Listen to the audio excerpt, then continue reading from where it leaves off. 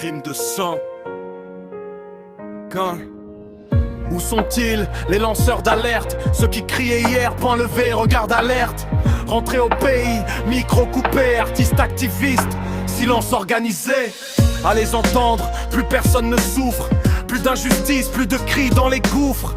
On s'indigne seulement quand le petit roi tousse, ou quand les intérêts personnels prennent une secousse. Pourtant les crimes de sang ressurgissent, violence brute, sauvage qui s'intensifie. Mais personne n'en parle, personne ne nomme. Chaque jour une famille cherche un fils, une fille, un fantôme. Dotation en grande pompe pour les forces de l'ordre. Seul secteur qui recrute pendant que l'État se mord. Mais sur le terrain, citoyens laissés seuls, lambda exposés, sans bouclier, sans rang. Cette dame qu'on appelle justice, juste en théorie, rentable pour les riches.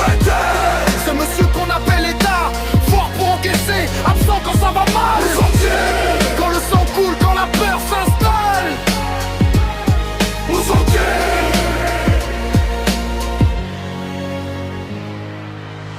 Braquage, vol, viol, stupéfiant. La rue devient un piège permanent qui nous protège, nous, citoyens ordinaires.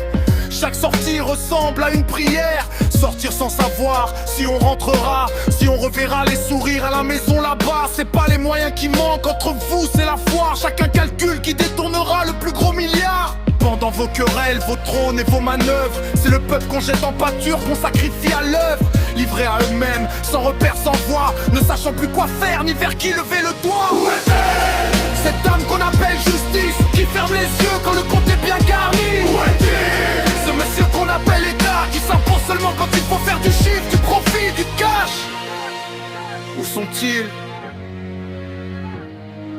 Des députés élus pour défendre un peuple qui vote contre lui sans honte, sans scrupule. Ils disent oui à tout, même quand ça asphyxie leurs propres électeurs, leur propre famille. Une population qu'on agite pour 5 ou 10 000 francs, qui danse derrière un homme pour survivre un instant, puis s'étonne des dégâts sur le long terme, quand l'avenir s'effondre et que le présent ferme.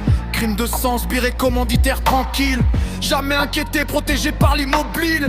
Crime de sang, enquête qui piétine, justice aveugle, État qui détourne la rétine.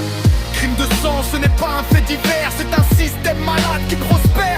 Et tant que le silence sera plus rentable que la vérité, le sang continuera de couler en toute légalité. Où est-elle? Cette dame qu'on appelle justice, juste en théorie, rentable pour les riches. Où est-il? Ce monsieur qu'on appelle État, fort pour encaisser, absent quand ça va mal. Où sont-ils? Quand le sang